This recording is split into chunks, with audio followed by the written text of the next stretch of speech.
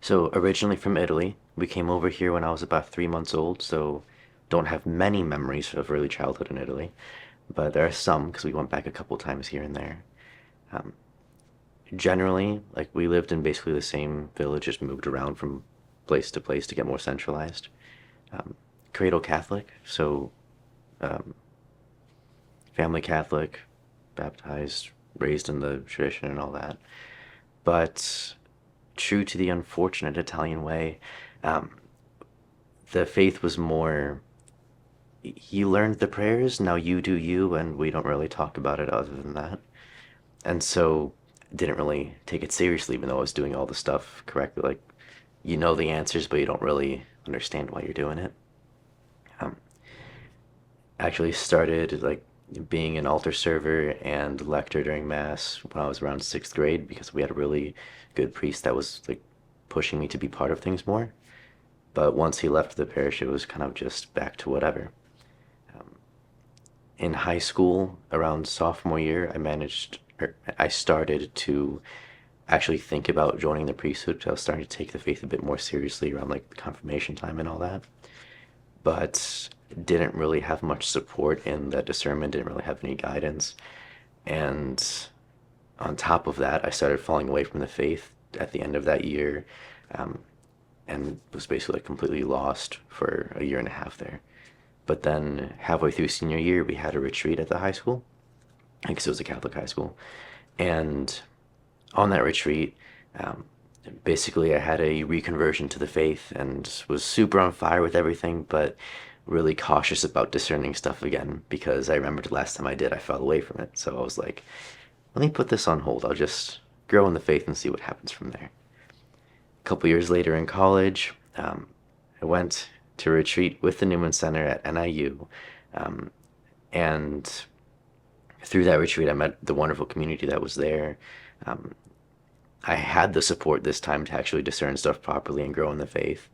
And so eventually I got more open to it, started discerning, talked to various people, went on various discernment retreats, um, and grew in the faith exponentially compared to where I was beforehand.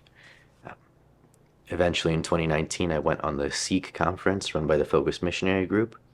I met Father Nathan, our current vocations director, and after spending at one point 4 consecutive hours talking to him, I figured I should probably at least visit the Capuchins. I was aware of the Capuchins because being Italian, obviously, they're a big part of it. Padre Pio is my patron saint for basically everything. Actually, he's the patron saint for like most people in my family for one reason or another. So, at the very least, that got me interested. Um, didn't look into them at first because it was kind of just, I feel like I'm being called to priesthood. Let's look at diocesan first. That's like the natural step after that. But as that process went on, I started opening up more to the idea of maybe it's a religious order. Um, and like the main orders I looked at were like Benedictines, Franciscans, and Dominicans. And of those three, I actually visited the Benedictines and the Capuchins. Um, but the Capuchins are what called to me more, basically. Just learning the history about the Capuchins, at least in the States, was very interesting. Um, it's fun bragging rights to say we're the most sainted order. And also the way that as as Capuchin Franciscans that we live, like granted a third of the time we're traveling, that's fine. But also sticking to the model that Francis laid out where the other third of your time you're doing your personal prayer and then the final third you're ministering to the people constantly. And what caught me in that was you're not just sitting back in a monastery just praying in general. You're actually interacting with the people, helping them, getting your hands dirty, so to speak. Because while the contemplative life is nice, it's at least for me really easy to get distracted. Whereas working with the people, I can stay focused and I can actually see the fruits of what I'm doing. Definitely a significant portion of the fulfillment comes from working in ministry, yeah. The other portion would be a lot of the fraternity and growing together with the other brothers. Well, generally, the thing that attracts a lot of us, I think, is we are social beings. And so we just love being in community of one form or another. Um, for me specifically, it's I get this huge family of brothers. It's like I come from a small family, so this is big difference.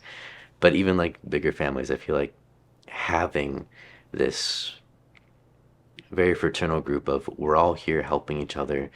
We're the best of friends, or at least we try to be. And we're essentially just brothers to each other. It's a very intimate and unique way of living together. Um, the support, the good times we manage to have, cracking jokes, whatever else, because we're still just normal people. We goof around and whatever else. Um, it's just being able to be yourself without restraints, um, and having a group of people that will be with you and support you through it all. Generally, growing closer to the brothers because we're a big family and you like getting closer to your family. Um, Generally, for ministry, it's just helping people because, yeah, there's that warm, fuzzy feeling, but it's also where I feel the most fulfilled. In terms of specific ministry, I feel like I'm being called, at least at the moment, I feel like I'm being called out to Montana on the Crow and Shan reservations because there's a great need for us out there. And I feel like in some way, shape, or form, I can help out, even if it's in a very small way. So I do have a history as a teacher, be it tutoring or actually in class. Um, I taught at the high school level, so that makes figuring out where I'm being called to Montana a bit harder because the ministries there are kind of split in half.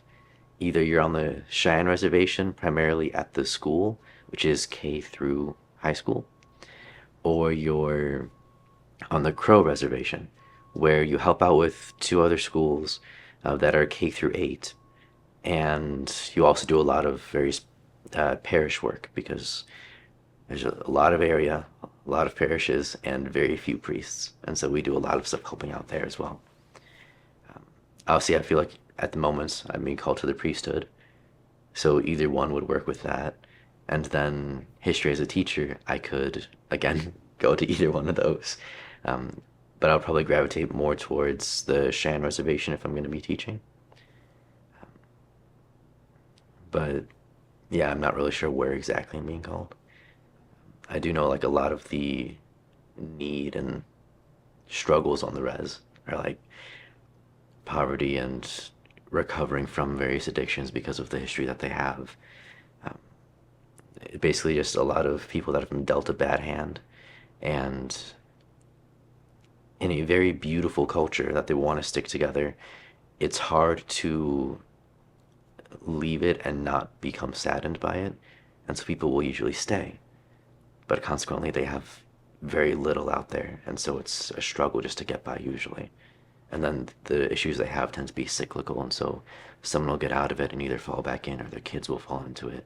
And it's very hard to get pulled out of that situation. Be open to God and where He's calling you.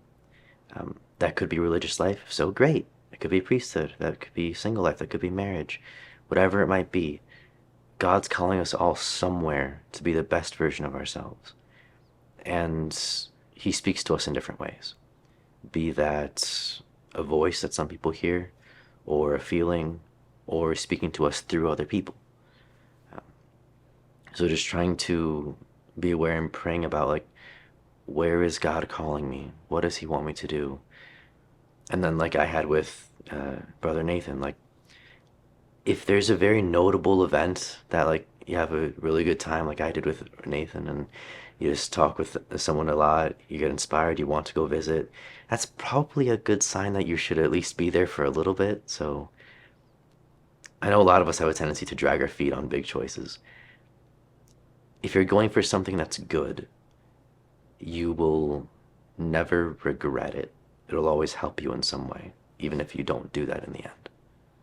So don't hesitate. Just pray about it and then try it.